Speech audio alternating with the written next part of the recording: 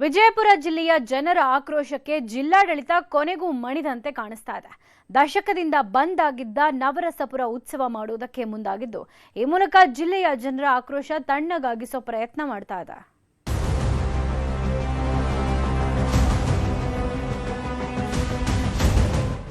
ಆದಿಲ್ ಶಾಹಿಗಳ ರಾಜಧಾನಿ ಆಗಿದ್ದ ವಿಜಯಪುರದಲ್ಲಿ ನವರಸಪುರ ಉತ್ಸವ ನಡೀತಾ ಇತ್ತು. ಆದರೆ ಕಳೆದ 10 ವರ್ಷಗಳಿಂದ ಉತ್ಸವ ಬಂದ್ ಆಗಿತ್ತು. ಪ್ರತಿ ಬಾರಿಯೂ ನವರಸಪುರ ಉತ್ಸವ ಯಾವಾಗ ಅನ್ನೋ ಪ್ರಶ್ನೆ ಬಂದಾಗ ಆಗ ಈಗ ಅನ್ನೋ ಮಾತುಗಳು ಕೇಳಿ ಬರ್ತಿದ್ವು. ಕೊನೆಗೆ ಮಾರ್ಚ್ ಅಂತ್ಯ ಅಂತ ಹೇಳಿದ್ರೂ ಕಾರ್ಯರೂಪಕ್ಕೆ ಬರಲಿಲ್ಲ. ಏಪ್ರಿಲ್ ಅಂತ್ಯದತ್ತ ಬಂದರೂ ಘೋಷಣೆ ಆಗದಿದ್ದಕ್ಕೆ ಆಕ್ರೋಶಗೊಂಡ ಜನ ಹೋರಾಟದ ಎಚ್ಚರಿಕೆ ನೀಡಿದ್ರು. ಇದೀಗ ಆಗಸ್ಟ್ ಅಥವಾ ಸೆಪ್ಟೆಂಬರ್ನಲ್ಲಿ ಉತ್ಸವ ಮಾಡುವುದಾಗಿ ಘೋಷಣೆ ಮಾಡಿದೆ. ನಿನ್ನೆ ಡಿಸ್ಟ್ರಿಕ್ಟ್ ಮಿನಿಸ್ಟರ್ ಸಾಹೇಬರು ಈಗಾಗಲೇ ಒಂದು ಹೇಳಿಕೆಯನ್ನು ಕೊಟ್ಟಿದ್ದಾರೆ.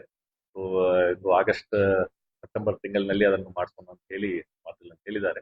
ಸಾಹೇಬರು ಹೇಗೆ ಸೂಚನೆ ಕೊಡ್ತಾರೆ ಅದರ ಪ್ರಕಾರ ನಾವು ಮಾಡ್ಕೊಳ್ಳಿಕ್ಕೆ ಸಿದ್ಧರಿದ್ದೇವೆ. ಈಗ ನಮ್ಮಲ್ಲಿ ಈಗ ಕಂಪ್ಲೀಟ್ ಈ ಹಿಂದೆ ಮಾಡಿರುವಂತ ಎಕ್ಸ್ಪೀರಿಯನ್ಸು ಇದೆ. ಈ ರೀತಿ ಉತ್ಸವಗಳಲ್ಲಿ ಯಾವ್ಯಾವ ಕಾಂಪೋನೆಂಟ್ ಇರಬೇಕು ಅನ್ನುವಂಥದ್ದು ನಮಗೆ ಇದೆ. ರಾಜ್ಯದ ಬೇರೆ ಬೇರೆ ಜಿಲ್ಲೆಗಳಲ್ಲಿ ಉತ್ಸವಗಳು ನಡೆಯುತ್ತಲೇ ಇವೆ. ಆದರೆ ವಿಜಯಪುರದಲ್ಲಿ ನವರಸಪುರ ಉತ್ಸವ ಅಂದಾಗ ಮಾತ್ರ ಬರಗಾಲ, ಪ್ರವಾಹ ನೆಪ ಹೇಳುತ್ತಾ ದಿನ ದೂಡ್ತಾ ಇತ್ತು. ಅಕ್ಕಪಕ್ಕದ ಜಿಲ್ಲೆಗಳಲ್ಲಿ ಬದಾಮಿ ಉತ್ಸವ, ಹಂಪಿ ಉತ್ಸವ ನಡೆಯುತ್ತೆ. ಆದರೆ ವಿಜಯಪುರ ಉತ್ಸವಕ್ಕೆ ಮಾತ್ರ ನೆಪ ಯಾಕೆ ಅನ್ನೋದು ಜನರ ಆಕ್ರೋಶಕ್ಕೆ ಕಾರಣವಾಗಿದೆ. ಇನ್ನು ನವರಸಪುರ ಉತ್ಸವಕ್ಕೆ ಯತ್ನಾಳ್ ವಿರೋಧವಿದೆ ಅನ್ನೋ ಆರೋಪಕ್ಕೆ ಸ್ವತಃ ಅವರೇ ಸ್ಪಷ್ಟನೆ ನೀಡಿದ್ದು, ನಾನು ನವರಸಪುರ ಹೆಸರಿಗೆ ವಿರೋಧವಿಲ್ಲ, ಆದರೆ ಕೇವಲ ಮುಸ್ಲಿಮರ ಉತ್ಸವ ಎಂಬಂತೆ ಮಾಡಬಾರದು, ಎಲ್ಲ ಕಲೆಗಳಿಗೆ ಗೌರವ ನೀಡಬೇಕು ಎಂದಿದ್ದಾರೆ. ಮತ್ತು ನಾನು ನವರಸಪುರ ಅಂದರೆ ಅದ್ರಾಗ ಯಾವುದೋ ರೀತಿ ಸಾಬರ್ದ ಇದು ಇಲ್ಲ.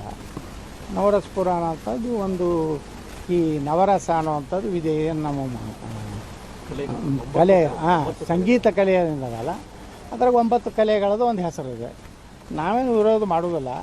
ನಾವು ನವರಸಪುರ ಒಟ್ಟು ಅಲ್ಲಿ ಕಲ್ಚರ್ ಚೇಂಜ್ ಆಗಲಿ ಅಂತ ಹೇಳಿ ಅವು ಬರೀ ಶಾಯರಿ ಕರ್ಸೋದು, ಡ್ಯಾಮೆಂಟ್ ಅದು ಬೇಡ. ಸರಳರ ವಚನಗಳು ಬರಲಿ.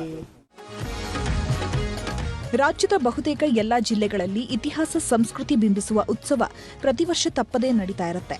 ಈ ಬಾರಿ ನವರಸಪುರ ಉತ್ಸವ ನಡೆಯುತ್ತೆ ಅನ್ನೋದು ಅಧಿಕಾರಿಗಳ ಮಾತು. ಈಗಲೂ ಕೂಡ ನೆಪ ಕೊಟ್ಟು ಮುಂದೂಡ್ತಾರಾ? ಕಾದು ನೋಡಬೇಕು.